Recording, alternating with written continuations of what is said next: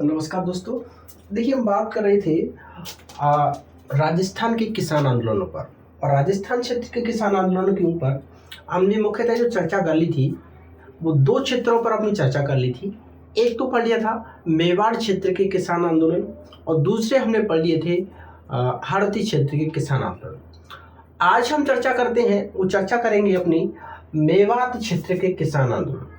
मेवात क्षेत्र की बात करें, देखिए हाड़ौती क्षेत्र में मुख्यतः जो जिले वर्तमान की बात करें तो जिले आते हैं, वो आते हैं उदयपुर आता है, चित्तौड़गढ़ आता है, हमारा डूंगरपुर, बांसवाड़ा, ये हालांकि भांगड़ क्षेत्र में आते थे, लेकिन पहले हिस्से रहे थे हमारे मेवाड़ क्षेत्र के। भीलवाड़ा जिला आता है। ये सभी जो क्षेत्र हैं वो आते थे हमारे किसमें, ये आते थे मेवाड़ क्षेत्र में। उसके बाद में हमने चर्चा की थी हाड़ौती। तो हाड़ौती में मुख्यतः 4 जिले आपको पता होगा, कोटा, बूंदी, बारां, झालावाड़ आते हैं। आज हमारी चर्चा है मेवात क्षेत्र की। मेवात क्षेत्र में जो मुख्यतः जिले आते हैं वो आते हैं अलवर और भरतपुर। तो यहाँ पर मुख्यतः भरतपुर में ऐसा कोई किसान आंदोलन हुआ नहीं था, अलवर जिले में ही किसान आंदोलन हुए थे। अलवर जिले में मुख्यतः 2 किसान आंदोलन हुए थे। एक तो हुआ था अलवर किसान आंदोलन और एक मेव जाति के द्वारा किसान आंदोलन किया गया था, वो था हमारा मेव किसान आंदोलन। तो देखिए अलवर में मेवात क्षेत्र में मुख्यतः 2 किसान आंदोलन हुए हमारे। एक तो हुआ है हमारा अलवर किसान आंदोलन,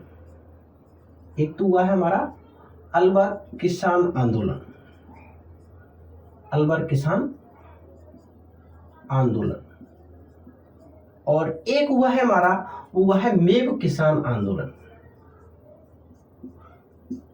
ये हालांकि किसान आंदोलन नहीं था, लेकिन फिर भी इसको नाम दे दिया गया है मेव किसान आंदोलन। अलवर किसान आंदोलन की बात करें तो यह आंदोलन 2 चरणों में हुआ था। पहला 1921 से 1922 ये हुआ था हमारा। कारण इसका मुख्यतः रहा था वो था सुअर, है ना, सुअर मारने के विरोध में।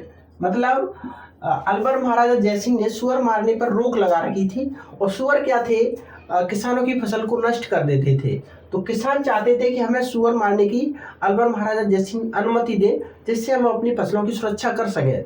तो ये मुख्यतः सुअर मारने के विरोध में हुआ था। और दूसरा इसका चरण चला था 1923 से लेकर के 1925 और इसका मुख्य कारण रहा था भूमि बंदोबस्त कानून।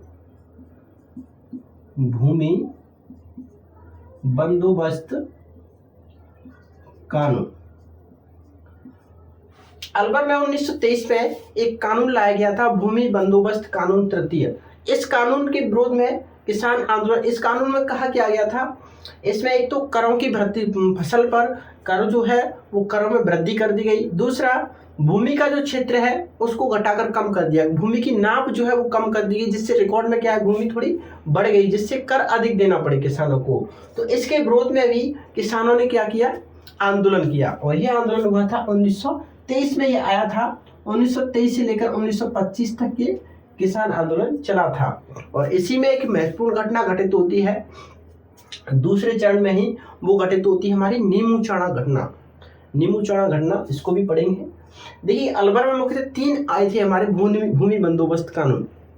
पहला भूमि बंदोबस्त कानून आया था 1876 से लेकर 1870 में आया था, जो 1876 से लेकर के चला था हमारा 1900 ईस्वी तक। पहला भूमि बंदोबस्त कानून जो है 1876 से लेकर 1900 ईस्वी तक चला था, जो पाउलेट लेकर आए थे, अंग्रेज अधिकारी पाउलेट लेकर आए थे। दूसरा भूमि बंदोबस्त कानून जो आया था वो आया था 1900 ईस्वी में, जो 1900 ईस्वी से लेकर 1923 ईस्वी तक चला था, वो लेकर आए थे MF डायर। भूमि बंदोबस्त कानून द्वितीय जो है वो किसके द्वारा लाया गया था, वो लाया गया था MF डायर के द्वारा। और तीसरा भूमि बंदोबस्त कानून लाया गया था, वो लाया गया था 1923 में। 1923 में ही इस कानून के विरोध में फिर ये आंदोलन हुआ था, जो लाया गया था हमारा NL टिक्को द्वारा। देखिए रियासत की बात करें तो रियासत में मुख्यतः भूमि, मैंने हालांकि ये बात आपको बतला दी है, रियासत में मुख्यतः भूमि जो है 2 प्रकार की होती थी। एक तो होती थी सीधी राज्य की अधीन भूमि, है ना, एक तो होती थी राजभूमि, एक होती थी हमारी खालसा एक होती थी खालसा भूमि और एक होती थी जागीरी भूमि। जागीरी भूमि, जागीरी भूमि पर जो अधिकार है वो जागीरदारों का होता था और जागीरदार फिर किसानों को भूमि करने के लिए देते थे और जिस पर क्या वसूलते थे, जागीरदार अपनी मनमर्जी से कर वसूलते थे। जबकि जो खालसा भूमि होती थी यह सीधी राज्य के अधीन होती थी। यह भूमि सीधी किसके अधीन होती थी? यह सीधी राज्य के अधीन होती थी, राज्य के अधीन। और इस भूमि पर फिर क्या वसूला जाता था?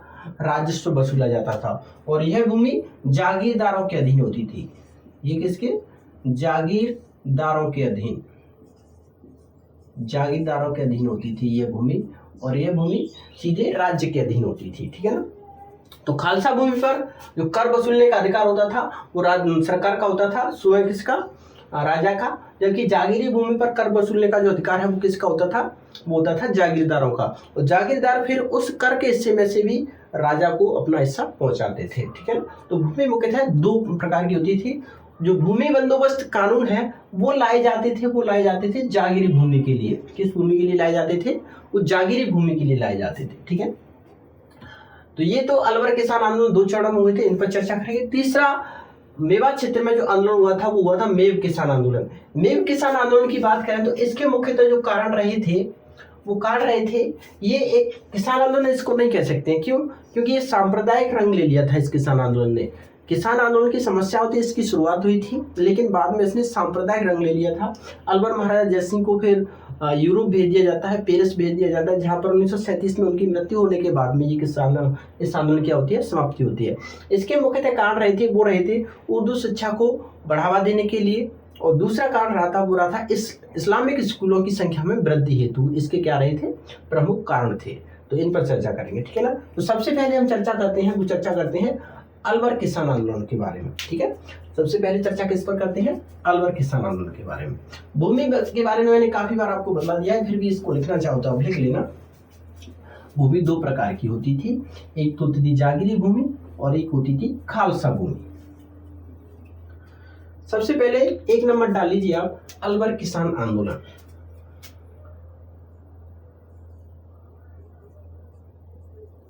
अलवर किसान आंदोलन। अलवर किसान आंदोलन की बात करें तो यह दो चरणों में हुआ था। अलवर किसान आंदोलन कितने चरणों में? दो चरणों में हुआ था। सबसे पहले प्रथम चरण की बात करें, हेडिंग डाल लीजिए प्रथम चरण।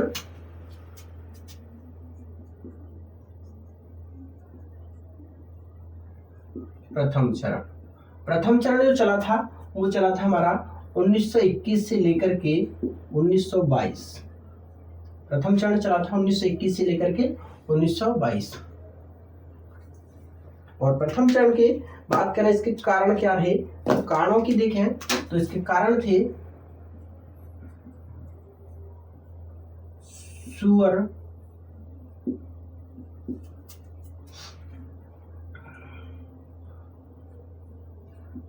मारने के लिए, सुअर मारने के लिए ये राजा से अनुमति चाहते थे। ठीक है ना। राजा कौन थे उस समय? शासक कौन थे? तो शासक थे उसमें अलवर महाराजा जयसिंह।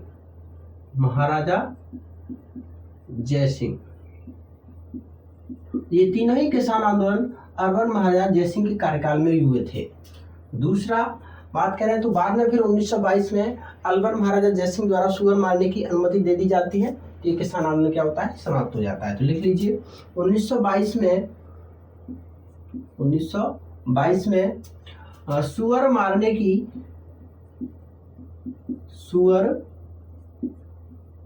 की अनुमति मिलने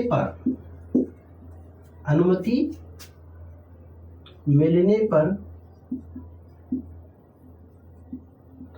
यह आंदोलन समाप्त हो जाता है। यह आंदोलन समाप्त हो जाता है। सुअर मारने की अनुमति मिल जाती है तो ये आंदोलन का हो जाता है, समाप्त हो जाता है। इस तरह से प्रथम चरण जो है वो समाप्त हो जाता है। अब बात करते हैं द्वितीय चरण की। हेडिंग डाल लीजिए यहीं पर, द्वितीय चरण। द्वितीय चरण, और द्वितीय चरण चला था हमारा 1923 से लेकर के 1925, 1923 से लेकर के 1925, ठीक है। इसमें हुआ क्या था, कारण क्या था इसका, तो इसका जो मुख्यतः कारण था वो था भूमि बंदोबस्त कानून। कारण क्या था, वो था भूमि बंदोबस्त कानून। भूमि बंदोबस्त कानून के विरोध में। ये भूमि बंदोबस्त कानून जो था वो तीसरा था, भूमि बंदोबस्त कानून थर्ड लिख लेना, के विरोध में।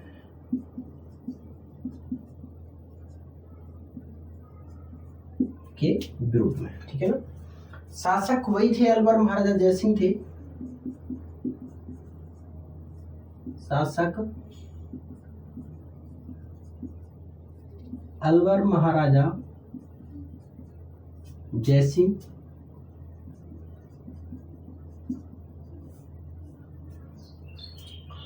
बात करें तो यहाँ पर नेतृत्वकर्ता जो थे,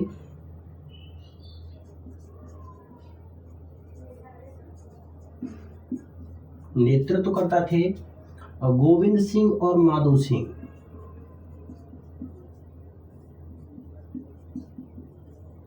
गोविंद सिंह तथा माधो सिंह।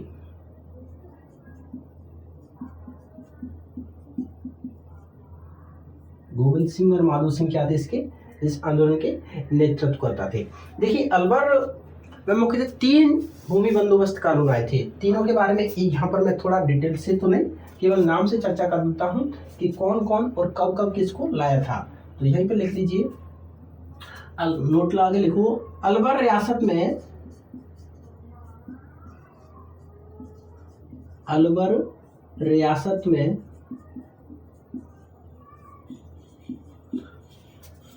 प्रमुख 3 भूमि बंदोबस्त कानून लाए गए थे। प्रमुख 3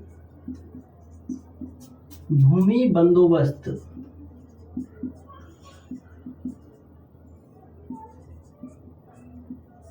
कानून लाए गए थे।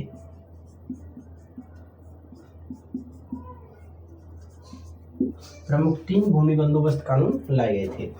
पहला था भूमि बंदोबस्त कानून प्रथम, भूमि बंदोबस्त कानून। ये प्रथम जो था वो लाया गया था 1876 में, और ये चला था 1900 ईस्वी तक, 1876 से 1900 ईस्वी तक। और इसको लेकर आए थे, वो लेकर आए थे पाउलेट। कौन लेकर आए थे, वो लेकर आए थे इसको पाउलेट, अंग्रेज अधिकारी थे पाउलेट, भूमि बंदोबस्त अधिकारी पाउलेट लेकर आए थे। दूसरा भूमि बंदोबस्त कानून, भूमि बंदोबस्त कानून द्वितीय, भूमि बंदोबस्त कानून द्वितीय जो था वो 1900 ईस्वी में लाया गया था, और 1900 से ये चला था 1923 तक, 1923 तक चला था। और इसको लेकर आए थे, वो लेकर आए थे M.F. डायर,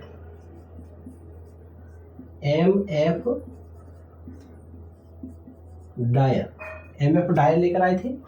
तीसरा भूमि बंदोबस्त कानून, जिसके विरोध में किसान आंदोलन हुआ था, तीसरा भूमि बंदोबस्त कानून तृतीय, तीसरा लिख लो, तीसरा भूमि बंदोबस्त कानून लाया गया था 1923 ईस्वी में, 1923 में, 1923 से लाया गया था। और इसको लेकर आए थे N.L. टिक्को, भूमि बंदोबस्त अधिकारी कौन थे, N.L. टिक्को लेकर आए थे। ये भूमि बंदोबस्त कानून जो है वो किस भूमि के लिए लाए जाते थे, ये लाए जाते थे जागीरी भूमि के लिए। तो देखिए यहाँ पर मैं एक बार यह और चर्चा कर देता हूँ। रियासत में भूमि मुख्यतः 2 प्रकार की होती थी। एक तो होती थी जागीरी भूमि और एक होती थी खालसा भूमि। एक तो होती थी जागीरी भूमि और एक होती थी खालसा भूमि। जागीरी भूमि क्या होता, ये जागीरदार तथा किसानों के अधीन होती थी, इस पर राजस्व वसूला जाता था। लिख लीजिए, यह भूमि जागीरदार तथा किसानों के अधीन होती थी। किसानों के अधीन होती थी, जिस पर राजस्व वसूला जाता था। जिस पर राजस्व वसूला जाता था।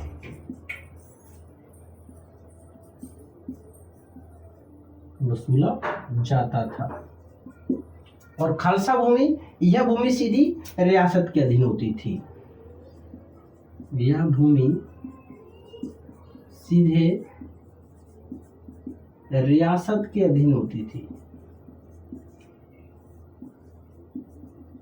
रियासत के अधीन होती थी।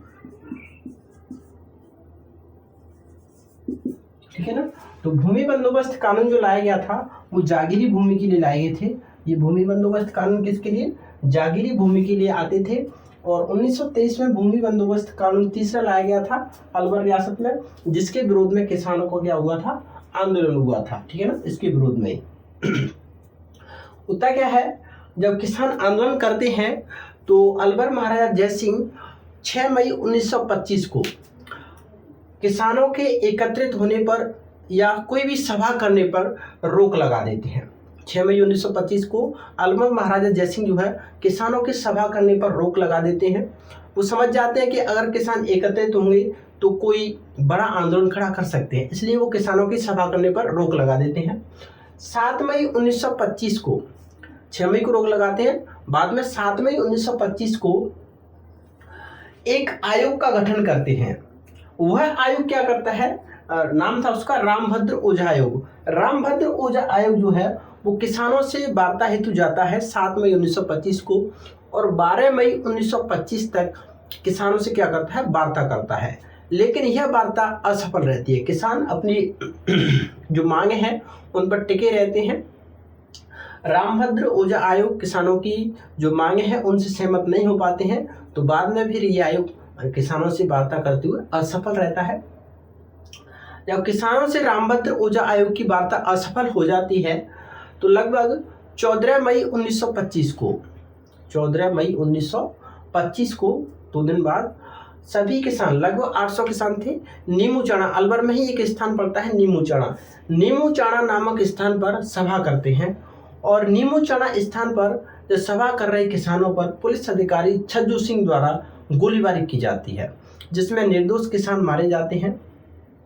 हालांकि मणिलाल कोठारी आयोग जो है, माणिकलाल कोठारी आयोग जो है केंद्र सरकार द्वारा गठित किया गया था। उस आयोग द्वारा नीमूचाणा हत्याकांड में मृतक जो किसान हैं उनकी संख्या 95 तथा घायल हुए किसानों की संख्या लगभग 250 बतलाई गई थी।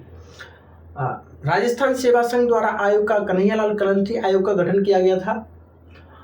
और अलवर महाराजा जयसिंह द्वारा जो आयोग का गठन किया गया था, छज्जू सिंह आयोग का गठन किया गया था। छज्जू सिंह आयोग जो है इस किसान आंदोलन में पुलिस अधिकारी जो छज्जू सिंह है, जब स्वयं उस आयोग का अध्यक्ष बनेगा तो स्वयं को तो निर्दोष बताएगा, तो वो स्वयं को निर्दोष बताता रहे, तो किसानों की किसी भी प्रकार की मांग नहीं मानी जाती है। महात्मा गांधी जी की बात करें तो नीमूचाणा हत्याकांड के लिए महात्मा गांधी ने अपने समाचार पत्र यंग इंडिया में इस नीमूचाणा हत्याकांड को दोहरी डायरशाही या दूसरा जलियांवाला हत्याकांड कहा था, जबकि रामनारायण चौधरी जी ने इसे नीमूचाणा हत्याकांड कहा था। इस घटना को क्या कहा था, नीमूचाणा हत्याकांड कहा था। 2 कथन ये पूछे जाते हैं। सबसे पहले क्षत्रिय महासभा द्वारा, है ना, क्षत्रिय महासभा द्वारा एक समाचार पत्र निकाला जाता था पुकार। उस समाचार पत्र में इस नीमूचाणा हत्याकांड की क्या छपी थी, खबर छपी थी। तो ये बातें सारी की जो मैंने अभी बोली हैं, सारी की सारी बातें पूछी गई हैं, बहुत ही इंपॉर्टेंट बातें हैं। इन बातों पे एक एक से और चर्चा करते हैं। पहले आप इसका स्क्रीनशॉट लेना चाहते हो तो ले लो, मैं इसको साफ करने वाला हूँ, फिर साइड में हो जाता हूँ, ले लीजिए स्क्रीनशॉट। ले लिया? चलिए, अलवर किसान आंदोलन हमारा चल रहा है, दूसरा चरण।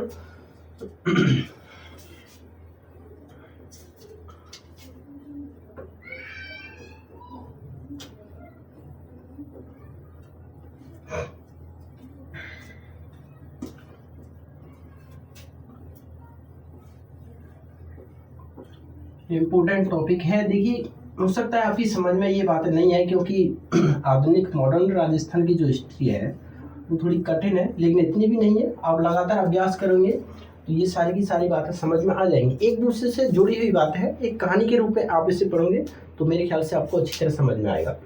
देखिए, अलवर किसान आंदोलन में भूमि बंदोबस्त कानून तीसरा जो आता है, उसके विरोध में किसान क्या करते हैं? आंदोलन करते हैं। तो लिखिए आगे, भूमि बंदोबस्त कानून तृतीय के विरोध में किसान आंदोलन करते हैं।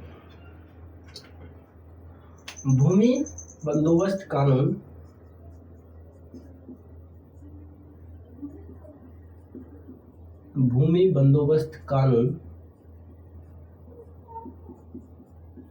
तृतीय के विरोध में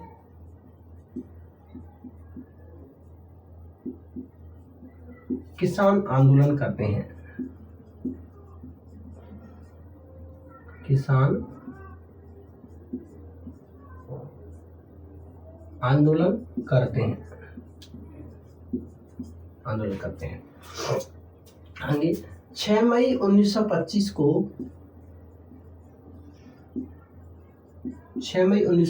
को महाराजा जय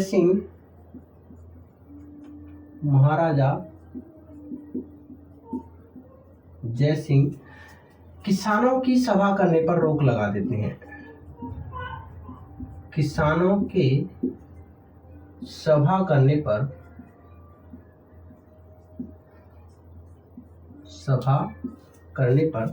रोक लगा देते हैं।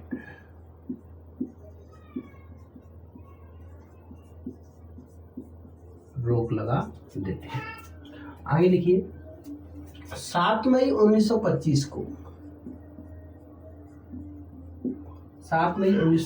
को जयसिंह द्वारा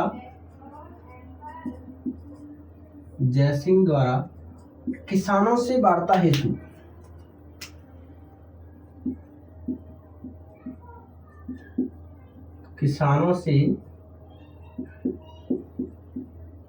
वार्ता हेतु रामभद्र ओझा आयोग का गठन किया जाता है। रामभद्र ओझा आयोग का गठन किया जाता है।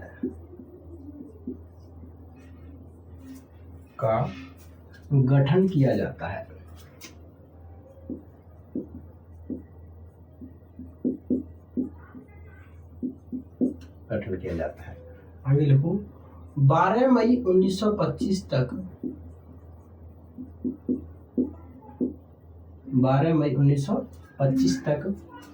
रामभद्र ओझा आयोग किसानों से वार्ता करता है। रामभद्र ओझा आयोग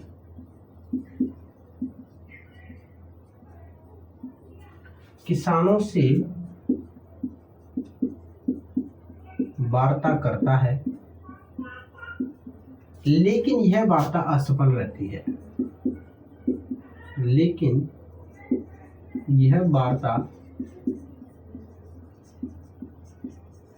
असफल रहती है। 12 मई 1925 तक रामभद्र ओझा आयोग जो है वो किसानों से क्या करता है? वार्ता करता है, लेकिन यह वार्ता क्या रहती है? असफल रहती है। जब ये वार्ता असफल रह जाती है तो फिर लगभग 14 मई 1925 को, है ना, 14 मई 1925 को सभी किसान जो है वो नीमूचढ़न नामक स्थान पर एकत्रित होते हैं। इस सभा में लगभग 800 किसान शामिल होते हैं। इस सभा पर पुलिस अधिकारी छज्जू सिंह द्वारा गोलीबारी की जाती है और इस गोलीबारी में लगभग 95 किसान शहीद होते हैं और 250 किसान जो है वो क्या होते हैं, घायल हो जाते हैं। लगभग 250 किसान तो क्या होते हैं, घायल हो जाते हैं। लगभग 95 किसान जो है वो इसमें शहीद हो जाते हैं। ये जो रिपोर्ट बतलाई गई थी वो केंद्र सरकार के द्वारा एक आयोग का गठन किया गया था, माणिक्यलाल कोठारी आयोग। उस आयोग की रिपोर्ट के आधार पर यह आंकड़े जो है वो मैं आपको बतला रहा हूँ। एक आयोग का गठन, 3 आयोग गठन किए गए थे। एक केंद्र सरकार के द्वारा, एक राजस्थान सरकार के द्वारा कन्हैयालाल कलंत्री आयोग का गठन किया गया था और अलवर महाराजा जयसिंह द्वारा छज्जू सिंह आयोग का गठन किया गया था। तो हेडिंग डाल लीजिए छोटी सी यहाँ पर, एक नीमूचाणा हत्याकांड। नीमूचाणा घटना, नीमूचाणा घटना। ये घटित हुई थी 14 मई 1925 को। यह घटना कब घटित हुई? 14 मई 1925 को, ठीक है ना। देखिए इसमें होता क्या है, रामभद्र ओझा आयोग से किसानों की वार्ता असफल हो जाती है तो किसान फिर नीमूचाणा नामक स्थान पर क्या होते हैं, सभा करते हैं। तो लिखिए, ओझा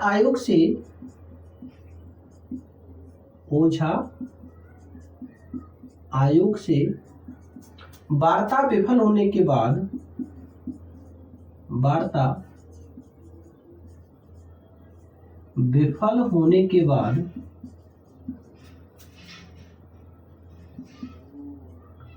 लगभग 800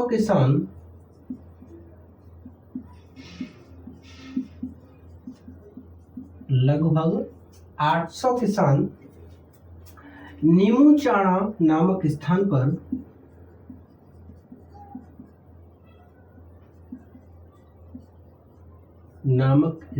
पर सभा करते हैं। और आपको पता होगा अलवर महाराजा जयसिंह ने 6 मई 1925 को किसानों की सभा करने पर रोक लगा रखी थी, लेकिन फिर भी किसान क्या करते हैं, सभा करते हैं। तो किसान सभा करते हैं तो पुलिस अधिकारी छज्जू सिंह क्या करता है, इस सभा पर गोलीबारी करता है। तो लिखिए, सभा करते हैं जिस पर पुलिस अधिकारी, देखिए अभी कल हमने पढ़ी थी डाबी घटना पर गोलीबारी की गई थी। वो की गई थी इकराम हुसैन, पुलिस अधिकारी उसमें कौन थे, इकराम हुसैन, और इसमें कौन है, छज्जू सिंह। पुलिस अधिकारियों के नाम याद रखना। जिस पर पुलिस अधिकारी छज्जू सिंह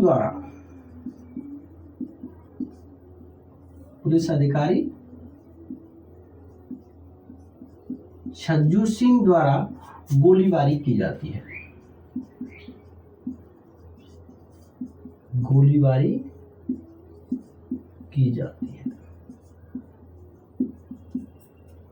नीमूचाणा घटना के बारे में कहें तो रामनारायण चौधरी ने इस घटना को नीमूचाणा हत्याकांड कहा था, जबकि महात्मा गांधी ने इसे दोहरी डायरसाई या दूसरा जलियांवाला बाग हत्याकांड कहा था। तो दोनों के कथन और लिख लीजिए। रामनारायण चौधरी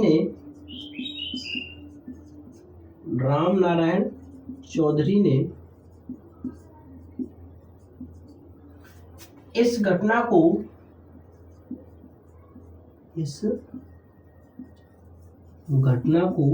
नीमूचाणा हत्याकांड कहा है। नीमूचाणा हत्याकांड कहा है।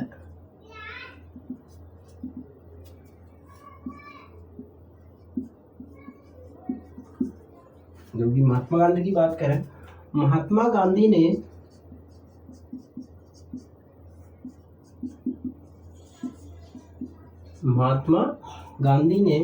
अपने समाचार पत्र यंग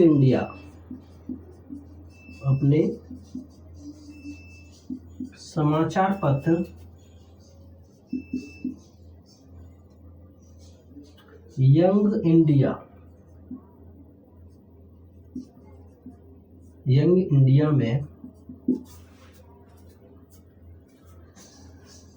इस घटनाक्रम को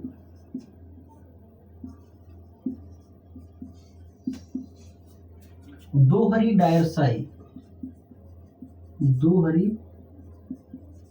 डायर शाही, डबल डायरेक्ट डिस्टिल्ड,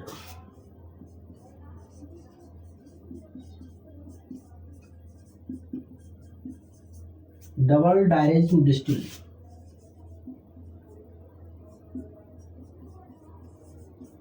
दोहरी डायर शाही तथा दूसरा जलियांवाला बाग हत्याकांड कहा है, तथा दूसरा जलियांवाला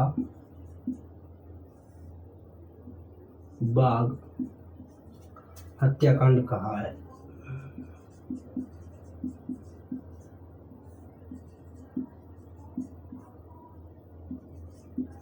आपको पता होगा दोहरी डायर शाही का मतलब यहाँ क्या है।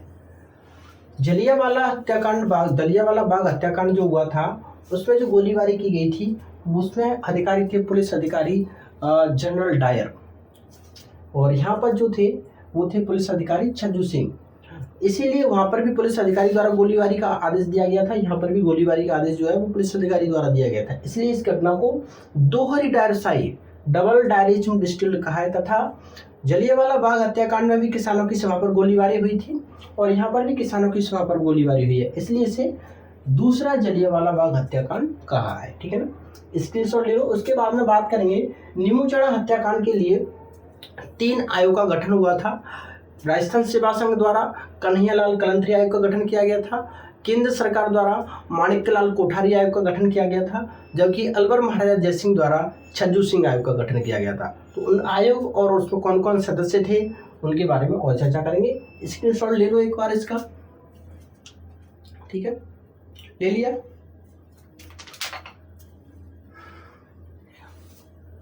हेडिंग डाल लो प्रमुख आयोग।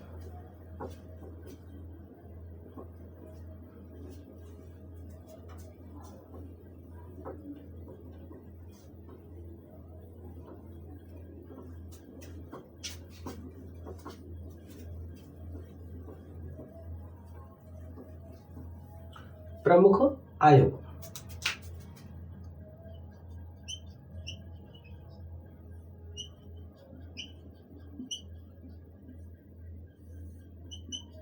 प्रमुख आयोग की बात करें तो देखिए नंबर 1 पे लिखो, राजस्थान सेवा संघ द्वारा एक आयोग का गठन किया गया था जिसका नाम था कन्हैयालाल कलंतरी आयोग। तो लिखिए राजस्थान सेवा संघ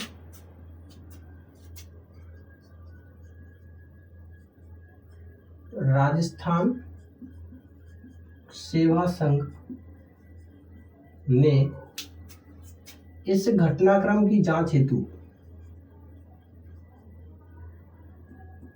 इस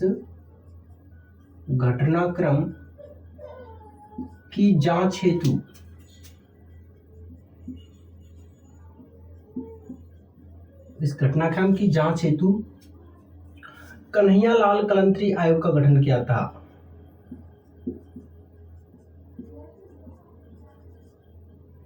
कन्हैयालाल कलंतरी आयोग का गठन किया था।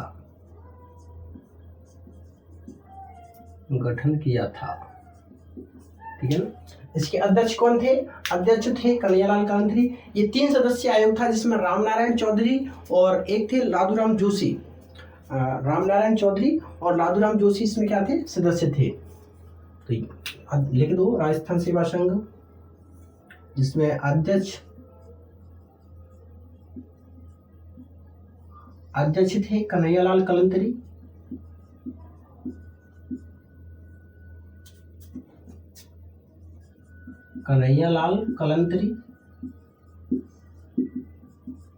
और सदस्यों की बात करें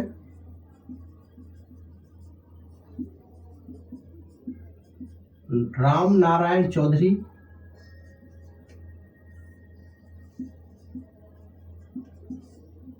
और एक थे लादूराम जोशी।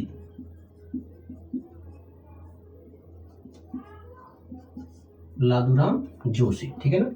दूसरा, केंद्र सरकार द्वारा इस नीमूचढ़ा हत्याकांड की जांच हेतु माणिक्यलाल कोठारी आयोग का गठन किया गया। तो लिखिए केंद्र सरकार द्वारा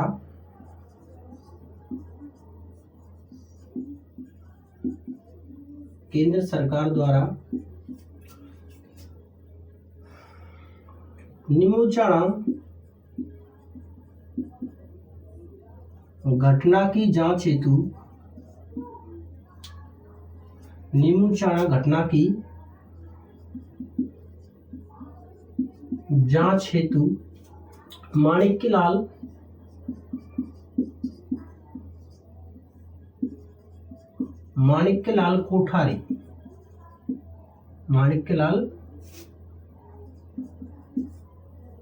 कोठारी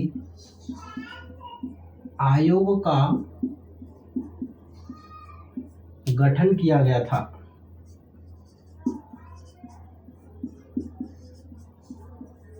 माणिक्यलाल कोठारी आयोग का गठन किया गया था।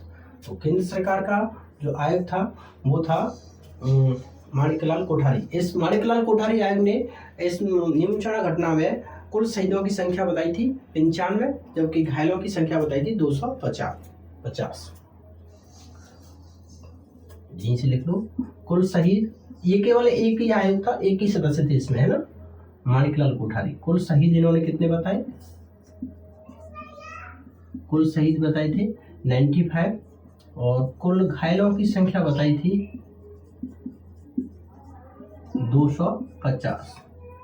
और एक आयोग का गठन किया गया था, वो अलवर महाराजा जयसिंह द्वारा छज्जू सिंह आयोग का गठन किया गया था। लिख लीजिए अलवर महाराजा जयसिंह, तीसरा नंबर डाल के लिखिए अलवर महाराजा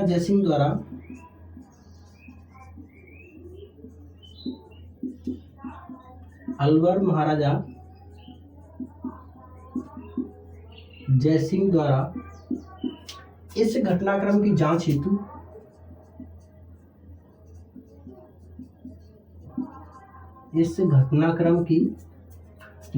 हेतु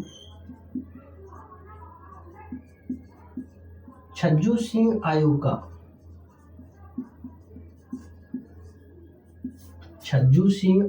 का गठन किया गया था।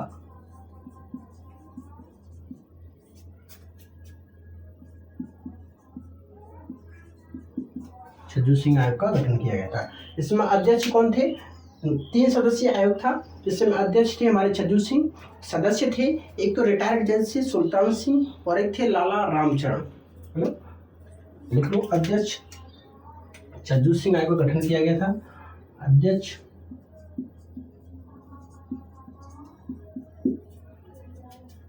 छज्जू सिंह,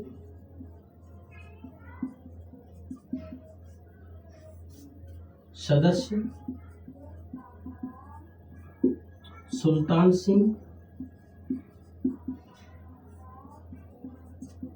जी जज थे और एक सदस्य थे हमारे लाला रामचरण।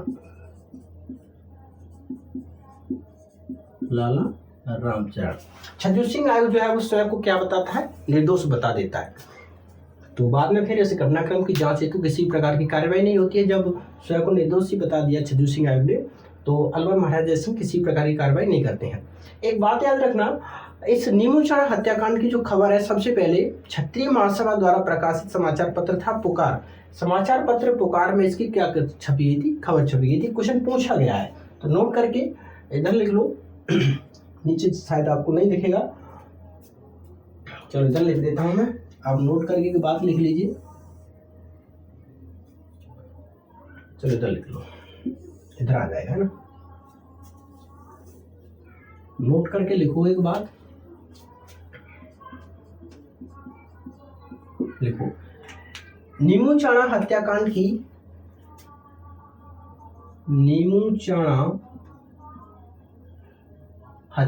की खबर सर्वप्रथम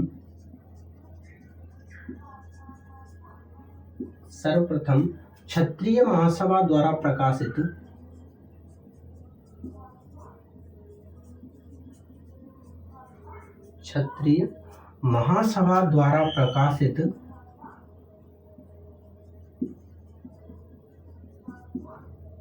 समाचार पत्र पुकार में छापी गई थी। पुकार में छापी गई थी। ठीक है, तो ये बात याद रखना, ये क्वेश्चन पूछा गया है कि नीमूचाण हत्याकांड की सबसे पहले जो खबर है किस अखबार में छपी गई थी। वो खबर जो छपी थी वो थी क्षत्रिय महासभा द्वारा समाचार पत्र प्रकाशित किया जाता था, पुकार, उस पर छापी गई थी। तो ये था मेवात क्षेत्र का एक किसान आंदोलन हुआ है अभी, अलवर क्षेत्र का किसान आंदोलन। मेवात क्षेत्र में एक किसान आंदोलन और हुआ है जिसका नाम था मेव किसान आंदोलन। मेव किसान आंदोलन पर चर्चा हम करेंगे अभी, इसका स्क्रीनशॉट लेना है तो स्क्रीनशॉट ले लो। आगे हम चर्चा करते हैं 2 नंबर किसान आंदोलन लेते हैं, वो लेते हैं मेव किसान आंदोलन। ले लिया। अब 2 नंबर बात करते हैं हम, वो बात करते हैं मेव किसान आंदोलन। अलवर किसान, मेवात क्षेत्र में हुए थे 2 किसान आंदोलन हुए थे। अलवर भी 2 किसान आंदोलन हुए थे, एक तो प्रथम चरण में और दूसरा चरण में। प्रथम चरण में जो अलवर क्षेत्र में किसान आंदोलन हुआ था वो सुगरों को न मारने का विरोध कर रहे थे, तो बाद में फिर सुगर मारने की अनुमति दे दी जाती है अलवर महाराजा जयसिंह द्वारा। तो बाद में प्रथम चरण का किसान आंदोलन जो 1921 से 1922 तक चला था, 1922 में अनुमति मिलने पर समाप्त हो जाता है। फिर दूसरा जो किसान आंदोलन चला था वो चला था भूमि बंदोबस्त कानून तृतीय, जो लेकर आए थे एनएल टेक्को, उनके विरोध में हुआ था, और वह चला था 1923 से लेकर 1925 में। और इसमें एक घटना याद रखना, नीमूचाणा हत्याकांड। अब 2 नंबर डाल लीजिए मेव किसान आंदोलन। मेवात क्षेत्र में ही दूसरा किसान आंदोलन पढ़ते हैं, मेव किसान आंदोलन। मेव किसान आंदोलन की बात करें तो यह किसान आंदोलन न केवल राजस्थान बल्कि पंजाब, हरियाणा, इन राज्यों में भी हुआ था, क्योंकि यहाँ पर भी कुछ मेव जाति के किसान निवास करते थे। तो स्थान की बात करें तो मेव किसान आंदोलन राजस्थान, पंजाब, हरियाणा, और राजस्थान में मुख्यतः यह मेव किसान आंदोलन जो चला था वह 2 रियासतों में हुआ था, अलवर रियासत और भरतपुर रियासत, इन 2 रियासतों में हुआ था। कारणों की बात करें तो कारण इसके मुख्यतः रहे थे उर्दू शिक्षा को बढ़ावा देने के लिए, इस्लामिक स्कूलों की संख्या में वृद्धि हेतु, और तीसरा जो कारण रहा था लगान के विरोध में। इसके नेतृत्वकर्ता थे वो थे गुलाम भीख नारंग, जो अंबाला पंजाब के निवासी थे। एक थे डॉक्टर मोहम्मद अली जो अलवर के निवासी थे, और एक थे हमारे यासीन खां चौधरी जो गुड़गांव हरियाणा के निवासी थे। इन 3 लोगों के द्वारा इसका क्या किया गया था, नेतृत्व किया गया था। समर्थन देने वाली इसको कुछ संस्थाएं थी इस आंदोलन को समझ, एक तो थी हमारी अखिल भारतीय मुस्लिम लीग, और एक थी हमारी तबलीगी जमात, एक क्या थी, तबलीगी जमात, और एक थी हमारी अंजुमन ए खादिम। ये संस्थाएं थी, मुस्लिम संस्थाएं थी, इनके द्वारा इस आंदोलन को क्या दिया गया था, समर्थन दिया गया था। लगभग 25,000 मेव जातीय किसान जो है वो अलवर महाराजा जयसिंह के विरोध में किसान आंदोलन को प्रारंभ करते हैं। यह किसान आंदोलन जो है वो किसान समस्याओं से शुरू होकर सांप्रदायिक रंग ले लेता है। तो सांप्रदायिक रंग अधिक ना बढ़े इसलिए अलवर महाराजा जयसिंह को 1933 में प्रारंभ 1932 में हुआ था इस किसान आंदोलन का, 1937 तक चला था। 1933 में अलवर महाराजा जयसिंह को यूरोप भेज दिया जाता है, और यूरोप भेज दिया जाता है जहां पर 1937 में पेरिस, फ्रांस में उनकी क्या हो जाती है, मृत्यु हो जाती है। इस तरह 1937 में इस किसान आंदोलन क्या हो जाती है, समाप्ति हो जाती है। तो समय लिखना चाहो तो लिख लो 1932 से लेकर के 1937, है ना। स्थान की बात करें तो स्थान लिखना चाहो तो स्थान लिख लो, स्थान राजस्थान की 2 रियासतें थी, एक तो थी हमारी अलवर रियासत, एक थी भरतपुर हरियाणा राज्य में भी हुआ था, और एक पंजाब राज्य में भी हुआ था, ठीक है ना। इन स्थानों पर ही किसान आंदोलन हुआ था। बात करें नेतृत्वकर्ता,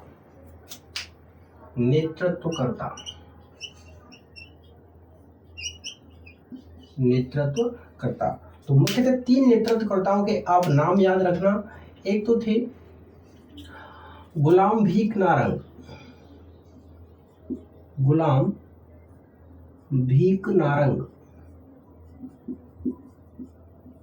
ये निवासी थे अंबाला, पंजाब में पड़ता है अम्बाला। दूसरे थे हमारे यासीन खां चौधरी, यासीन खां चौधरी, ये थे गुड़गांव हरियाणा के निवासी थे, ये गुड़गांव हरियाणा के निवासी थे। और एक थे, वो थे हमारे doctor Mohammad Ali, doctor Mohammad Ali, doctor Mohammad Ali, ये निवासी थे अलवर के, ये अलवर के निवासी थे। समर्थन देने वाली संस्थाओं की बात करें तो समर्थन देने वाली संस्थाएं के नाम लिख लो। समर्थन देने वाली संस्थाएं, समर्थन देने वाली संस्थाओं में नाम याद रखना। एक थी अंजुमन ए खादिम, अंजुमन ए खादिम। अखिल भारतीय मुस्लिम लीग,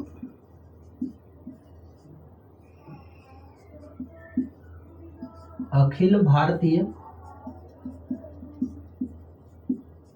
मुस्लिम लीग। और तीसरी जो संस्था थी वो थी तबलीगी जमात, तबलीगी जमात, जिसका कोरोना के टाइम पे काफी चर्चा चली थी।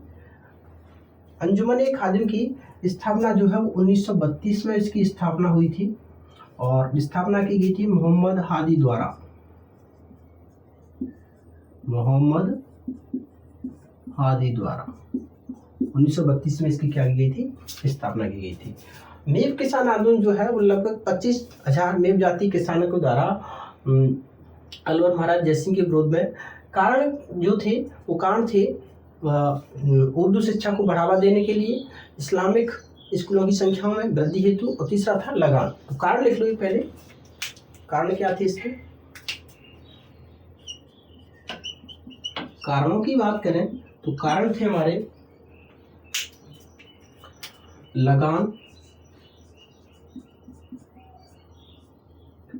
एक था उर्दू शिक्षा को बढ़ावा, उर्दू शिक्षा को बढ़ावा देने हेतु, बढ़ावा देने के लिए, और तीसरा था इस्लामिक स्कूलों की संख्या में वृद्धि हेतु।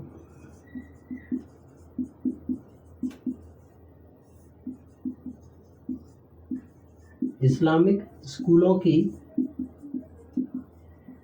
संख्या में वृद्धि हेतु, वृद्धि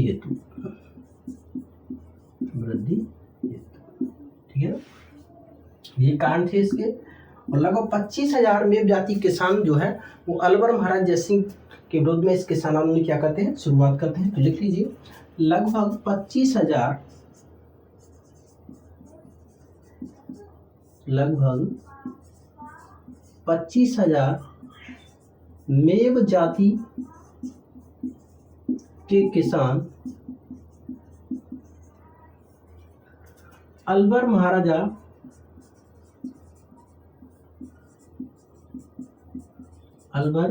महाराजा जयसिंह के विरोध में, जयसिंह के विरोध में आंदोलन का प्रारंभ करते हैं, आंदोलन का प्रारंभ करते हैं। देखिए शुरुआती इसकी किसान आंदोलन से होती है, लगान वगैरह लाग बाग बैठ फेंका, लेकिन धीरे धीरे ये किसान आंदोलन जो है वो सांप्रदायिक रंग ले लेता है। तो बाद में 1933 में फिर जयसिंह को कहाँ भेज दिया जाता है, यूरोप भेज दिया जाता है, जहाँ 1937 में उनकी क्या हो जाती है, मृत्यु हो जाती है। तो 2-3 बातें और रह गई हैं, चलो स्क्रीनशॉट ले लो इसका, फिर मैं लिख देता हूँ, ठीक है ना। 2-3 बातें और बची हैं, ले लिया स्क्रीनशॉट। आगे लिखिए आप,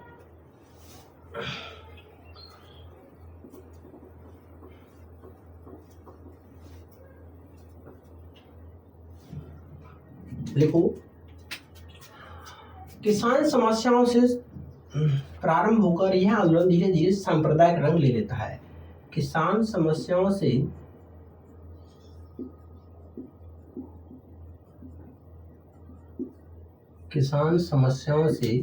प्रारंभ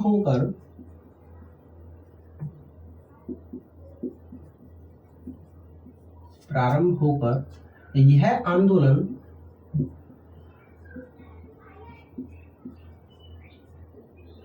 धीरे धीरे सांप्रदायिक रंग ले लेता है।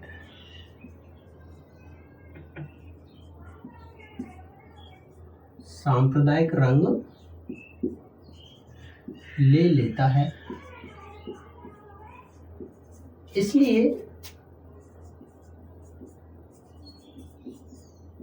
1933 में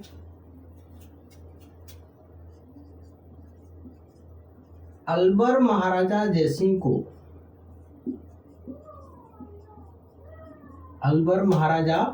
जयसिंह को यूरोप भेज दिया जाता है।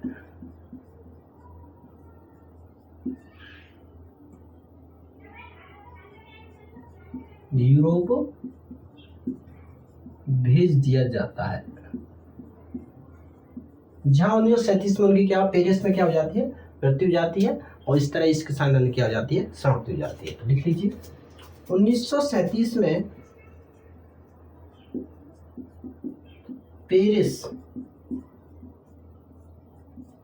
पेरिस कहाँ पड़ता है, फ्रांस में। पेरिस में जयसिंह की मृत्यु हो जाती है। जयसिंह की मृत्यु हो जाती है। इस तरह इस किसान आंदोलन की समाप्ति हो जाती है। इस तरह यह किसान आंदोलन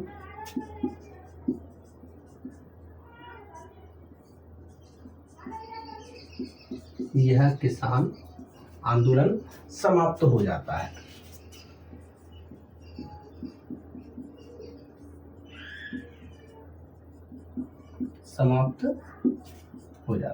ठीक है, तो ये था हमारा मेवात क्षेत्र के किसान आंदोलन, और उसमें दो किसान आंदोलन हमने पढ़ लिए, अलवर के किसान आंदोलन और एक था मेव किसान आंदोलन। ठीक है ना।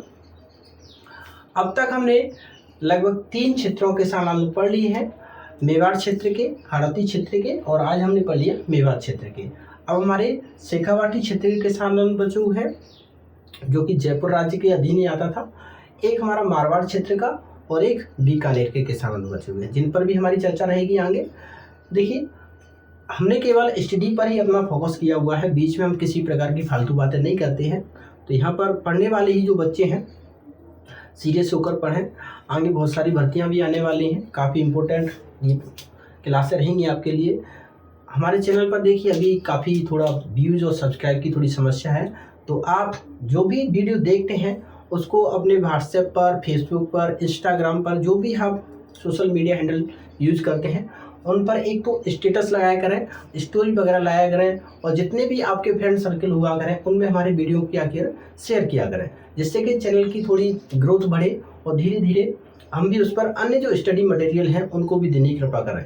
आपको देखिए अभी तक हम जो पढ़ा रहे हैं, राजस्थान ज्योग्राफी जो है हमने फिलहाल बंद कर दिया है। उसको बंद करने का कारण क्या है, राजस्थान ज्योग्राफी के अभी नए जिलों का सीमांकन आने वाला है। तो नए जिलों का जैसे ही सीमांकन आता है, और अभी बड़ी भर्ती की घोषणा भी होने वाली है एलडीसी की जैसी भर्ती आती है तो हम राजस्थान ज्योग्राफी को नए सिरे से दोबारा से स्टार्ट करेंगे पुनः। और राजस्थान ज्योग्राफी ही नहीं, राजस्थान का इतिहास हमारा चल ही रहा है, उसके बाद हम इतिहास के साथ कला संस्कृति भी पढ़ाएंगे तुम्हें ना। और जितने भी राजस्थान से संबंधित जो मेरे पे सब्जेक्ट में पढ़ा सकता हूँ मैं, जैसे कि आपको पॉलिटी वगैरह, राजस्थान की पॉलिटी वगैरह, ये सारी टॉपिक मैं तुम्हें कवर करवा दूंगा। अभी बड़ी भर्ती आने वाली है एलडीसी की, ठीक है ना। तो तब तक थोड़ा चैनल को ग्रोथ करवाइए, शेयर किया करें अपने फ्रेंड सर्कल में, आपके परिवार में जो भी जितने भी सदस्य हैं उनके मोबाइल में भी हमारा सब्सक्रिप्शन लें और चैनल को थोड़ा ग्रोथ करवाएं। Thank you.